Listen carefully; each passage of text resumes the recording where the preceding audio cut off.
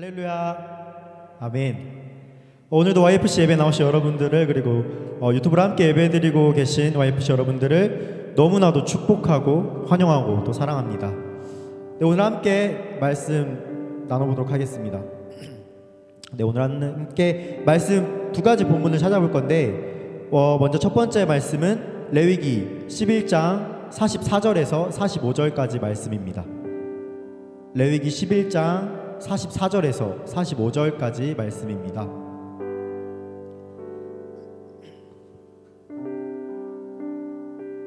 다 찾으신 줄 알고 우리 크게 한 목소리로 합독하시겠습니다. 시작. 나는 여호와 너희의 하나님이라. 내가 거룩하니 너희도 몸을 구별하여 거룩하게 하고 땅에 기는 길 짐승으로 말미암아 스스로 더럽히지 말라.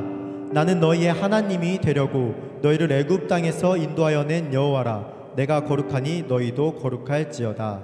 아멘. 자, 두 번째 본문입니다. 본문은 마태복음 5장 46절에서 48절까지 말씀입니다. 마태복음 5장 46절에서 48절 말씀. 이것도 우리 크게 한 목소리로 합독하시겠습니다. 시작. 너희가 너희를 사랑하는 자를 사랑하면 무슨 상이 있으리요? 세리도 이같이 아니하느냐? 또 너희가 너희 형제에게만 무난하면 남보다 더하는 것이 무엇이냐? 이방인들도 이같이 아니하느냐? 그러므로 하늘에 계신 너희 아버지의 온전하심과 같이 너희도 온전하라. 아멘. 우리 함께 읽은 말씀을 통해서 오늘 본문 제목을 교회 밖 신앙이라고 정해봤습니다. 교회 밖 신앙. 네, 오늘 설교를 통해서 여러분들의 그 마음에 조금은 좀 작은 울림이 있기를 또 소망하고 또 기대합니다. 오늘도 마찬가지지만 제가 항상 이 설교 자리에 있으면서 긴장을 안 해본 적이 한 번도 없습니다. 저는 늘 이 설교의 자리에서 긴장을 하게 되는데, 이것은 제가 이제 설교를 통해서 제가 많은 경험이 없어서, 경험이 부족해서도 맞습니다. 또 남들 앞에 이렇게 서는 것에 대한 부담감이 있어서도 맞습니다. 그런데 제가 가장 긴장이 되는 것은 제가 이렇게 준비한 이 설교가, 제가 말씀을 묵상하면서 준비한 설교가 오히려 그 주님의 말씀을 가리고 내 생각이 더 앞설까 하는 그런 두려움 때문에 더 부담이 되는 것 같습니다. 제가 이렇게 준비하고 또 기도하면서 여러분들과 나누길 원하는 이런 두려움을 뒤로하고, 이런 하나님의 말씀 때문에 이런 저의 두려움을 뒤로하고 여러분들에게 꼭 전하고 싶은 그런 메시지가 있습니다. 오늘 설교를 들을 때 여러분들의 마음에 각각 이런 물음이 있었으면 좋겠습니다. 나는 어떤 마음으로 신앙생활을 하고 있나? 여기 계신 여러분들은 어떤 마음으로 신앙생활을 하고 계신가요? 함께 읽은 레위기 45절 말씀입니다. 제가 읽겠습니다. 나는 너희의 하나님이 되려고 너희를 애굽 땅에서 인도하여 낸 여호와라. 내가 거룩하니 너희도 거룩할지어다. 아멘. 제가 이 말씀을 묵상하면서 한번 생각해 봤을 때, 이 말씀의 표현 그대로를 생각해 본다면 여러분들이 아시다시피 하나님께서는 분명히 거룩하신 분입니다. 또 완전하신 분이시면서 온전하신 분이십니다. 그런데 내가 어떻게 하나님과 같이 거룩해질 수 있을까 하는 그러한 의문이 제 마음 가운데 있었습니다. 내가 일상생활에서 더 올바른 모습을 보여주어야 하는 것인가 라는 생각부터, 내가 지금 대학교를 다니고 있으니까 내가 학교 생활에 더 성실해야 하는 것인가? 아니면 집에서 내가 그래도 아들이고 또 막내 동생이니까 더 무엇인가를 도맡아서 해야 하나? 약간 이러한 생각들이 들게 되었습니다. 그것이 과연 거룩한 모습인가? 라는 생각이 들었는데, 물론 맞습니다.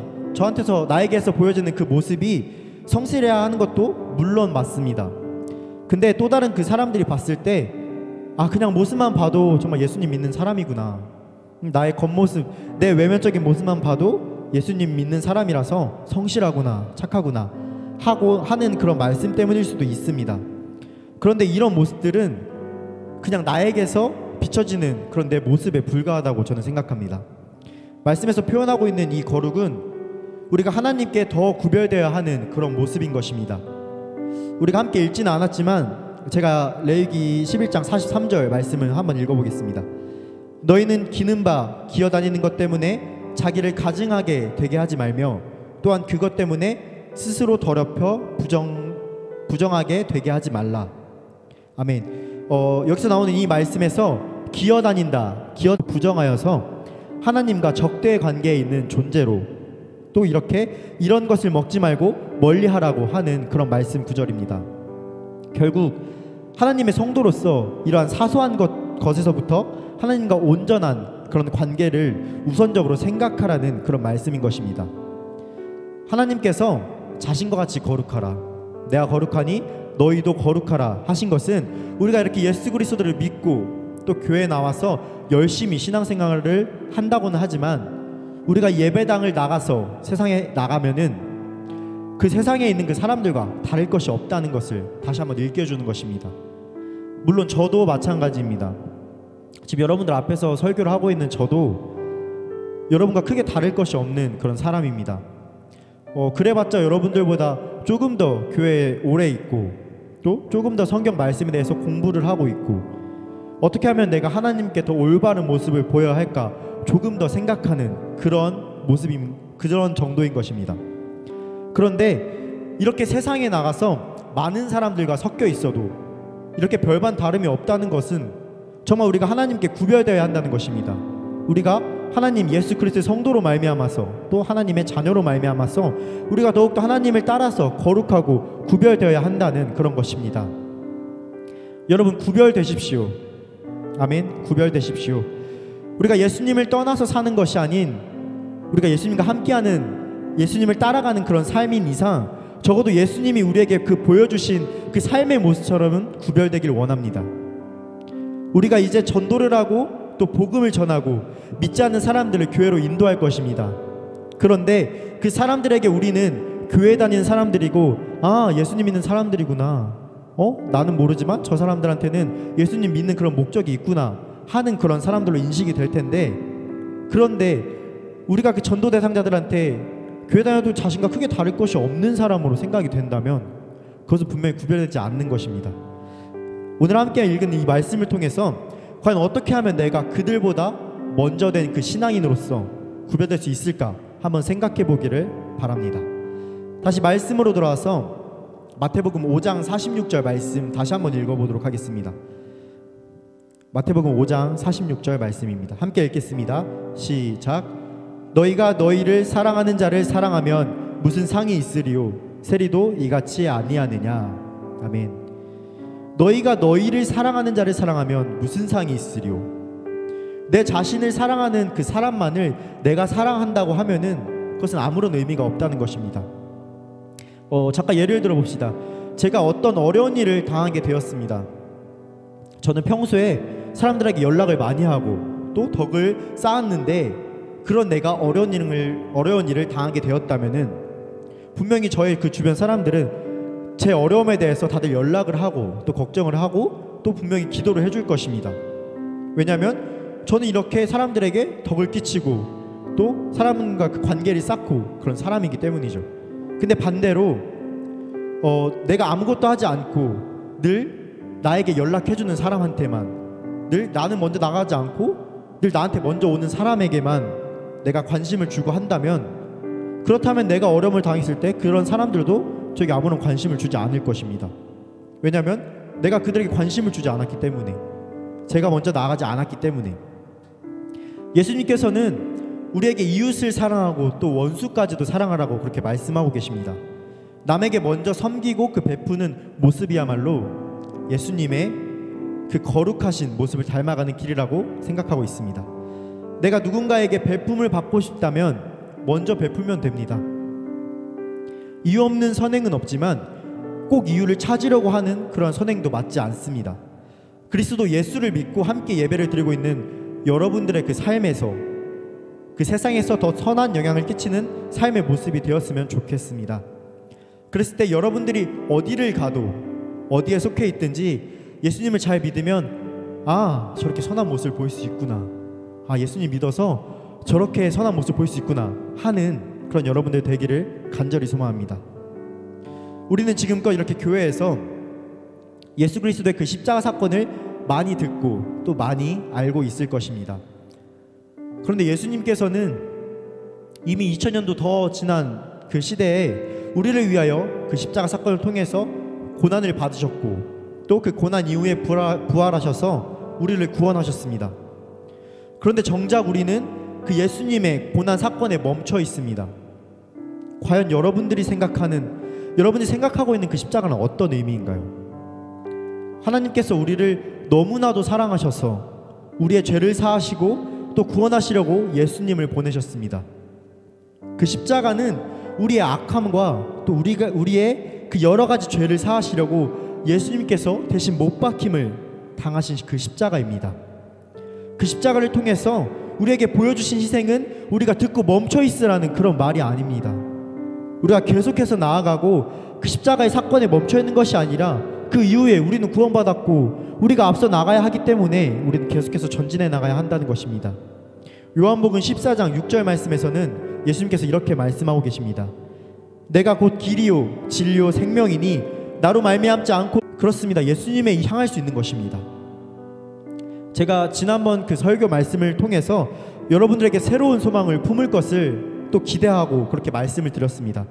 그런데 우리가 소망을 품고 계속해서 변화를 기대하는 그 마음으로 삶을 살아갈 때 분명히 하나님께서 우리를 통해서 일하실 것입니다. 어제도 마찬가지지만 저번 주에도 우리 청년 목장에서 함께 전도를 하러 홍대와 또 고대 근처를 다녀오게 되었습니다. 100개의 그 전도 물품을 준비해서 두 팀으로 나눠서 전도 활동을 하게 되었는데, 감사하게도 많은 청년분들을 만날 수 있었고 또 교회로 초청하는 그런 말과 함께 전도 물품을 나눌 수 있는 그런 시간이 되었습니다. 이렇게 사람들을 만나서 전도를 하고 또 이렇게 말을 전하는 것은 우리가 충분히 할 수 있는 그런 일입니다. 이렇게 단 한 번의 기회로 만약에 그 예수님을 믿지 않던 사람들이 전도가 되고 또 교회로 나와서 등록하고 함께 예배드릴 수 있다고 하면은 그것은 너무나도 감사한 일일 것입니다. 그런데 그것은 우리의 힘으로 어떻게 할 수 있는 것이 아닙니다. 우리의 능력대로도 할 수 있는 것이 아닙니다. 우리는 하나님의 통로로서 쓰임받고 또 그 복음의 씨앗을 성장시키는 것은 하나님께서 하시는 일입니다. 그런데 우리가 쓰임받기를 원하는 것은 이렇게 계속해서 믿지 않는 그 영혼들에게 복음을 전달하고 또 그들에게 예수님을 계속해서 알게 하는 것입니다. 그것이 주님께서 우리를 향하신 뜻이고 우리를 향하신 그런 말씀인 것입니다. 우리를 구원하신 예수 그리스도의 그 십자가 복음을 통해서 우리도 이렇게 복음을 전달해야 하는 것이 맞습니다. 함께 읽은 마태복음 5장 47절 말씀 우리가 함께 다시 한번 읽겠습니다. 마태복음 5장 47절 말씀입니다. 함께 읽겠습니다. 시작. 또 너희가 너희 형제에게만 무난하면 남보다 더하는 것이 무엇이냐? 이방인들도 이같이 아니하느냐? 아멘. 아까 읽은 말씀과 동일한 말씀이라고 생각됩니다. 말씀처럼 우리가 보여야 할 그 신앙의 모습은 이렇게 교회 안에 머물러서만 끝나는, 이렇게 예배만 드리고 끝나는 모습이 아닙니다. 우리끼리 나누고 우리 안에서만 서로 교제를 나누는 것은 세상 사람들도 충분히 할 수 있는 것입니다. 그런데 세상 사람들과 우리의 모임이 다른 것은 이렇게 우리의 교제 안에는 예수 그리스도가 있습니다. 아멘. 계속 거듭해서 여러분들에게 말씀드리고 싶은 것은 교회 밖에는 아직도 예수님을 모르는 그런 영혼들이 너무나도 많습니다. 이렇게 예수님을 모르는 그 사람들에게 우리가 조금만 더 다가가고 한 번만 더 생각을 하게 된다면 충분히 우리 안에 있는 그 예수님의 사랑이 전달될 수가 있다는 것입니다. 우리가 이런 소망을 함께 품고 교회 밖으로 나가서 전할 때 우리의 그 구별된 신앙의 모습을 보이는 여러분들이 되기를 마지막으로 소망합니다. 마지막으로 마태복음 5장 48절 말씀입니다. 제가 읽겠습니다. 그러므로 하늘에 계신 너희 아버지의 온전하심과 같이 너희도 온전하라. 아멘. 이 말씀에서 우리에게 온전하라고 하신 것은 우리 자신이 스스로 성취할 수 있는 것이 아닙니다. 오직 하나님의 그 은혜 가운데서 얻을 수 있는 것입니다. 그럼에도 우리에게 이렇게 온전하라고 하신 것은 우리가 하나님을 향한 그 온전하심을 쫓아서 하나님의 부르심을 따라가는 그런 삶인 것입니다. 다시 말해서 우리가 예수 그리스도를 믿는 성도로서 도달해야 하는 수준이 바로 온전하라라는 것입니다. 말씀을 맺겠습니다. 우리가 이렇게 현재를 살아가면서 코로나뿐만이 아니라 많은 질병들, 또 많은 어려움들, 또 그런 것을 많이 겪고 우리가 이렇게 살아왔습니다. 또 그만한 어려움들까지도 겪으면서 살아갈 때 어쩌면 우리 마음 가운데 조금은 회의감이 들었을지도 모르겠습니다. 그런데도 분명하게 여러분들께 말씀드리고 싶은 것은 그럼에도 불구하고 우리는 하나님의 자녀입니다. 아무리 많은 고난과 또 환란이 있을지라도 우리는 그 예수 그리스도의 은혜로 충분히 회복될 수가 있습니다. 왜냐하면 지금까지도 그래왔기 때문에 앞으로도 더욱 그렇게 될 것입니다. 하나님께서 거룩하심과 같이 우리도 거룩한 성도로 살아가기를 힘쓰길 원합니다. 하나님께서 온전하신 것 같이 우리도 온전하여서 이렇게 참된 성도의 삶에 도달하기를 힘쓰십시오.